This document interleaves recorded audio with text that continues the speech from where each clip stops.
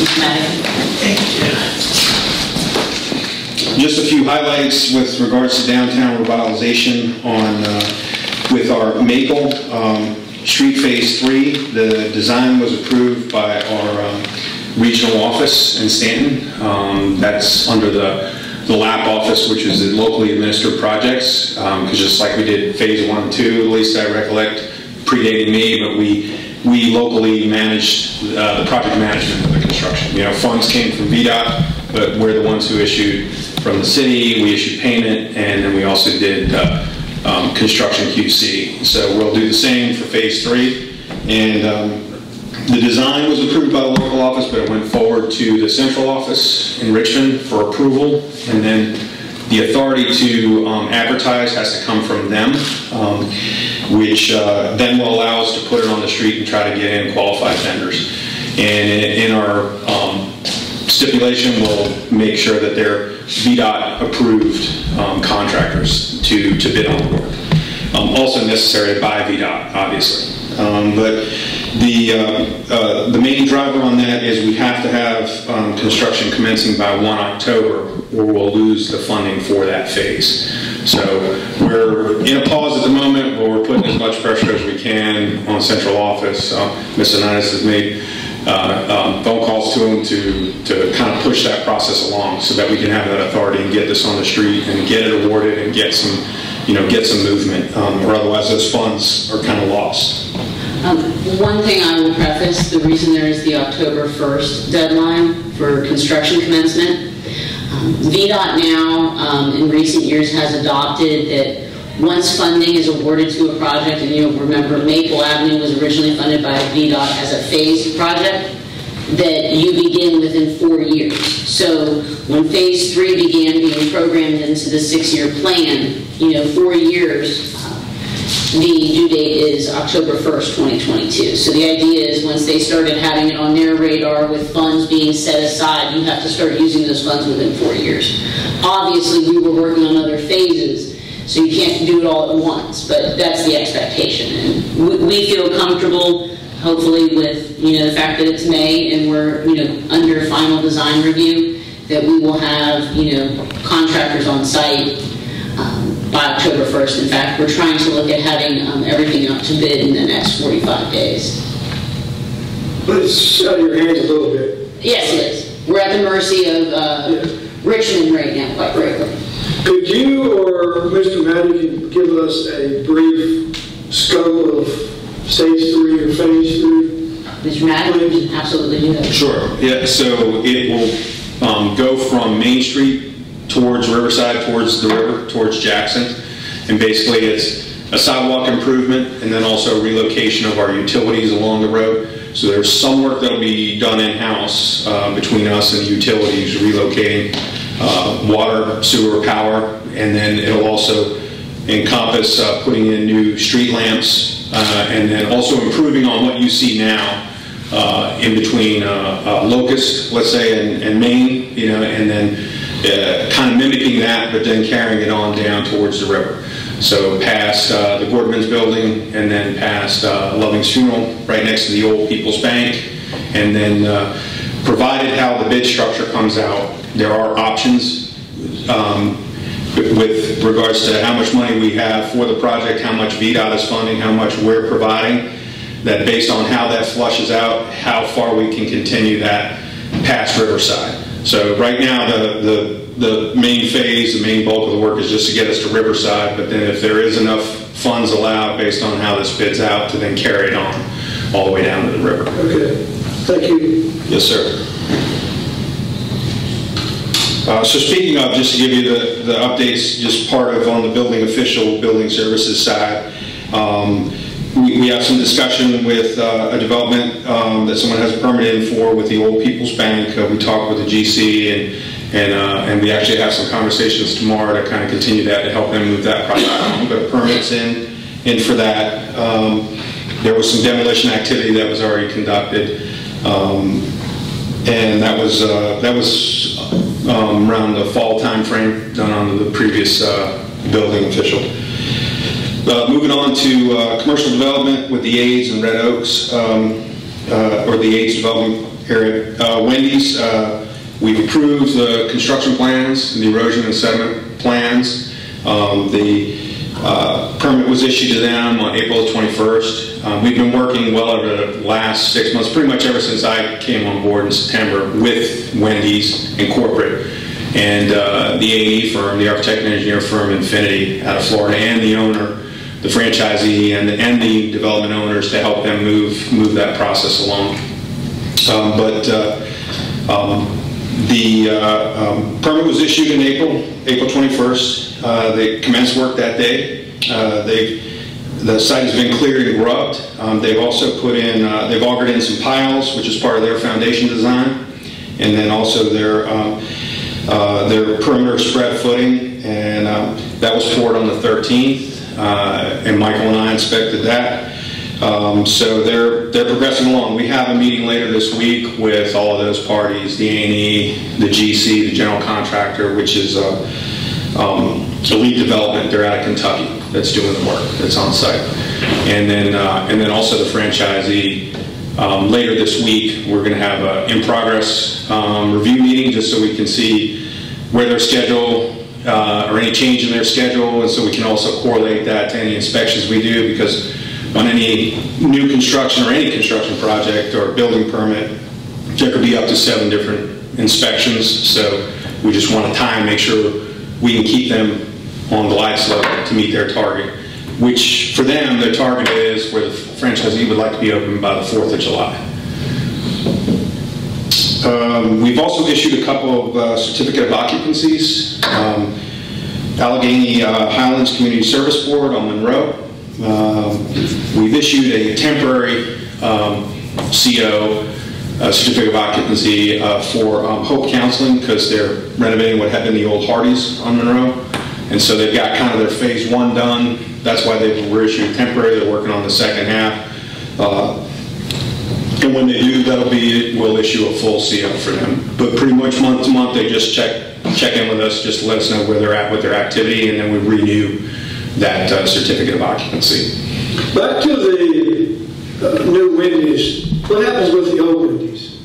So my understanding is they're going to move operations, and then my understanding, at least with discussions we had with the development owners, the 8 brothers, was that they were going to repurpose it. They were looking to potentially repurpose it for something else. So no plans to demolish it right now? No, sir. No, sir. At this time, they do plan on potentially actively marketing that property for reinvestment and another use. One concern that we do have is that came up later in discussions, because obviously, there's a traffic flow issue that is a minor kind of concern there, just with the amount of vehicles that go to Wendys daily right now with where Wendys is. We're going to keep an eye on the traffic counts and the flow there to make sure that there's not conflicts with if something goes into the former Wendys building and then there's new Wendys, and they expect a very high daily trip count as far as for Wendys. So we're going to keep an eye on that, but they do plan on keeping that building erected and for reuse, for commercial, just given that it's already zoned, it's already there, that kind of thing. I've heard some rumors about this was going in and that was in there. We have not heard any specified end use, but I do know that it's fully commercially outfitted, and it already has the proper parking permit, so there are perks to it. So I'm sure that Mr. A will have no difficulty probably marketing that property. Okay.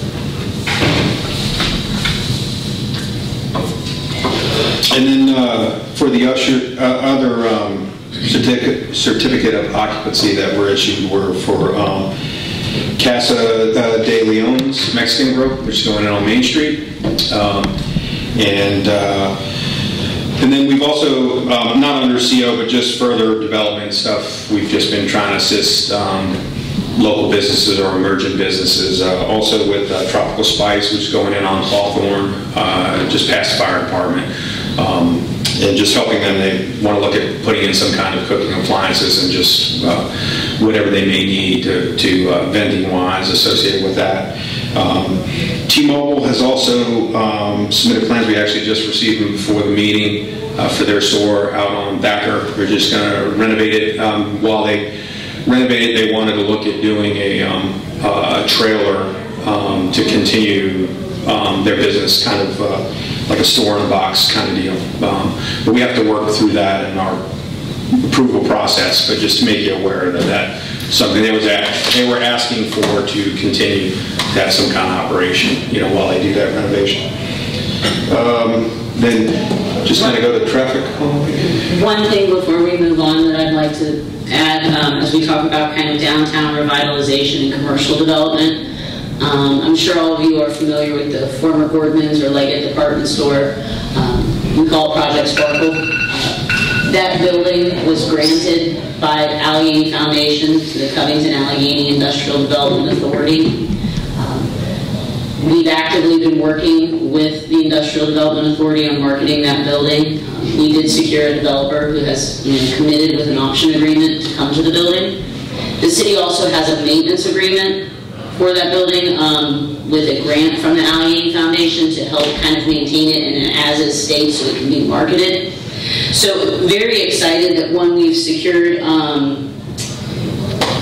a developer that has done a lot of the revitalization of White Sulphur Springs, West Virginia on their Main Street, who is actually coming to our Main Street. They actually live in Allegheny County, out in Fallen Springs, and we're also very pleased that they actually have an interest in wanting to restore the building back to its historic,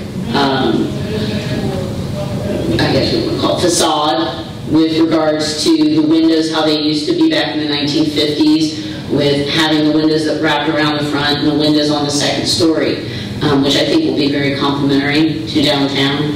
So it's exciting that we're taking a very large commercial property and putting it, hopefully in the next 1.5 to 2 years, back on the tax rolls. So that's one of our, hopefully we hope that can be a good springboard for other downtown efforts. And obviously we have the Mexican Grill opening as well, but that's an exciting. What's the time frame on the Mexican Grill? When you talked to us before, it was Cinco de Mayo. He was targeting Cinco de Mayo, but that came and went. They were working with some various matters with the health department that are out of our purview. So everything that they need from the city side has been completed. So everything that they're working on now is VDH oriented. I don't know if they've bumped out and had an official date provided. I think it was for later this month. But I think it's a little more fluid just because they're waiting on inspection processes and sign-offs from VDH. Okay, I'm just curious. And I think the other piece was waiting for their ABC permit as well too. That was one thing he was working on, or they were working on to get. Okay. All right, Steve, go ahead. Yeah, no worries.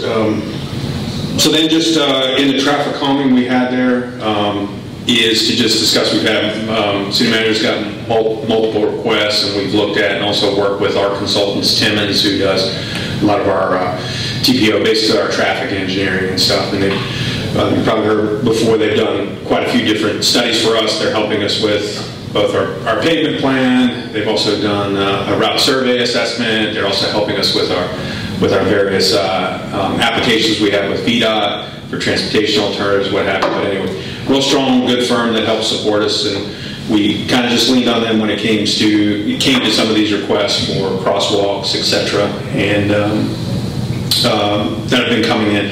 They're not cheap, and to meet the NUTCD, basically the requirements, the VDOT requirements for traffic control devices. And part of another requirement we have is an ADA compliance for each of those corners. They quickly start adding up where the cost to put in a crosswalk and the requirements to put it in legally. So city manager is having, and me as our public works director, we're having meetings to discuss that with various folks and looking at cost share potential for that, or putting it as future projects in our budget. Just to give you an idea, one crosswalk could be as cheap as $60,000 because all four corners have to have the ADA upgrade compliance. You have to have signage. You have to have the traffic control devices that go in as well too, and you have to put them in correctly.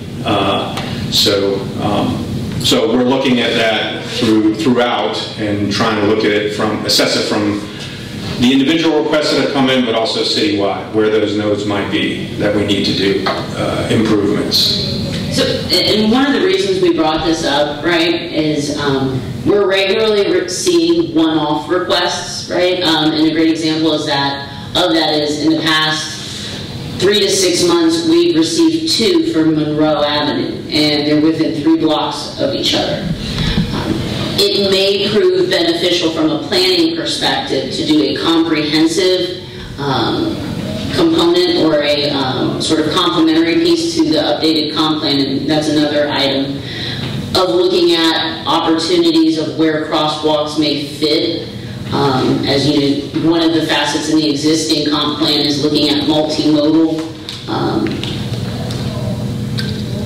transit and safety for, whether it's bicycling, pedestrians, and all of that, because of the cost involved. And when we talk about cost sharing, we've reached out to both of the organizations that had requested a crosswalk and said, we could look at sharing, 50-50 if that's something that you're interested in.